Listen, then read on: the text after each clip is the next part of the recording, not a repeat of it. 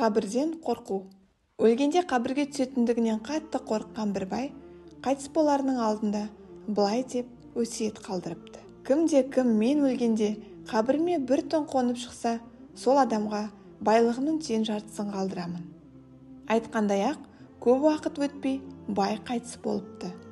Байды қабірге қоярда оның өсиеті бойынша жақындары қабірге бірге қонып шығатын адам іздестіріпті. Бірақ онымен бірге барып қонуға ел ішінен ешкімнің жүрегі дауаламаса керек.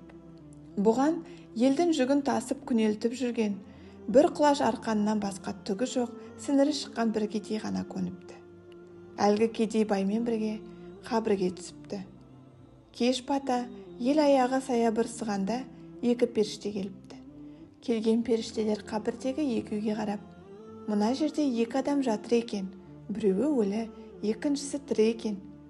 Өлісі қайда қашар дейсің? Кел, тірісінен жауап алайық деп, кедей байғұсты бүкіл өмір бойы істеген тірліктері үшін жауапқа тартса керек.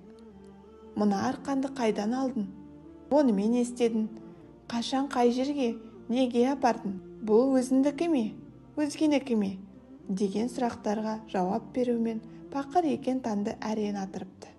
Бір ғана арқанға жауап берем деп қиналған кедей байғұстың есі шығып, үсті басы әбден қара терге малшыныпты.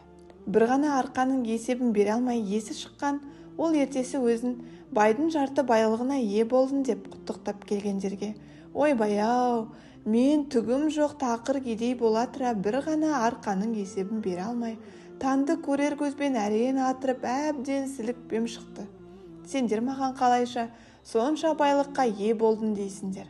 Қой айналайын, ондай байлықтарын бар болсын, аулақ, деп азар да безер болып ат-тонын ала қашқан екен.